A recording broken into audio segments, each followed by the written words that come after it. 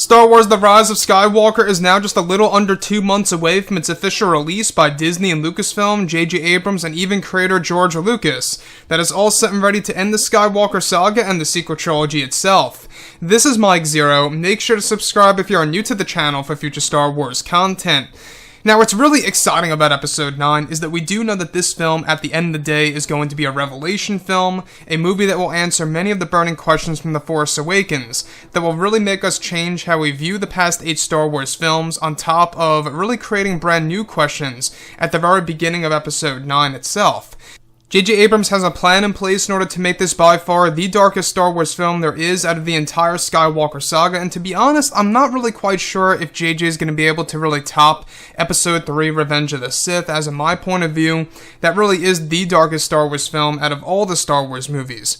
Now, with that being said, what's really intriguing about all of this when it comes down to one of the final scenes in the movie is that shot descriptions consisting of a sequence where it's explained that Rey is said to be inside of Palpatine's throne room on the world of Exegol, where she first meets Palpatine in this strange environment. It's explained that Sidious is said to be giving Rey a lecture about the dark side of the Force, where he is said to try and convince Rey to turn to the dark side after revealing a major revelation related to her lineage, and that there is no escape for her in this particular moment.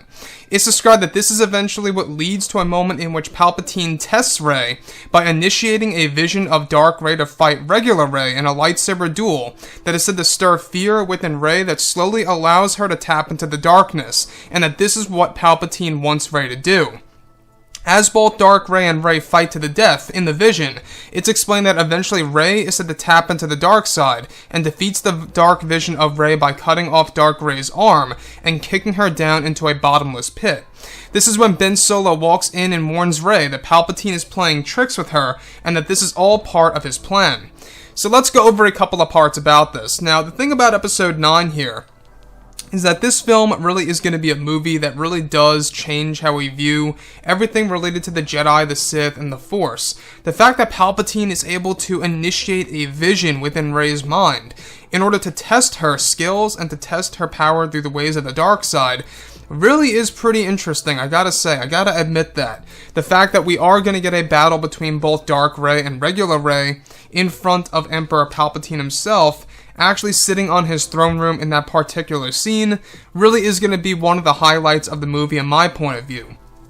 Now, the other piece that I do want to go over here that I think a lot of fans are going to notice is that you can see that they are once again bringing back the symbolic part of Star Wars overall, the tradition, if you will, of a character losing an arm. During this battle, it's said that Dark Rey loses an arm in the form of a vision, mind you, and Rey eventually kicks her down a bottomless pit. Now, this is all said to be a part of a vision, so at the same exact time, it is somewhat like Disney and Lucasfilm are not giving us the actual tradition of a character losing an arm in the process, but at the same exact time, visually speaking, that's exactly what we are getting, right? Now, Episode 9 does have a lot of potential to really mark itself down as being the darkest Star Wars film there is out of the entire Skywalker saga, but as of right now, I will say that as of everything that we have been going over, I really feel that nothing can really still top Revenge of the Sith.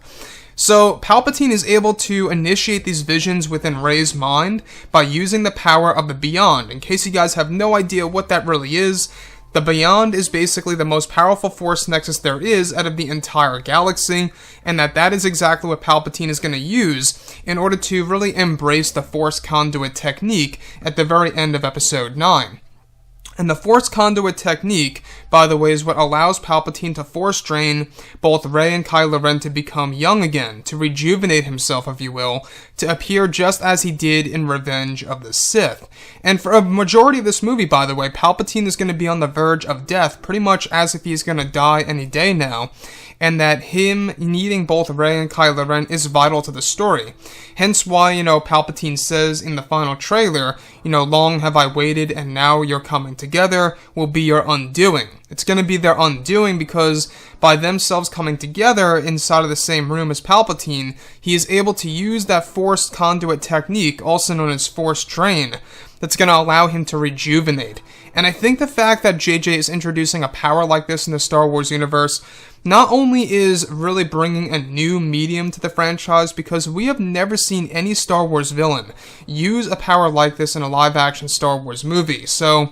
the fact that they are doing a power like this, I think is very risky. I will admit, I will be honest, it is very risky, because it's something that fans have never seen before in a Star Wars film to date, and I think that a lot of fans will have mixed reactions on this new power that Palpatine is going to use on both Rey and Kylo Ren in order to benefit himself in the story.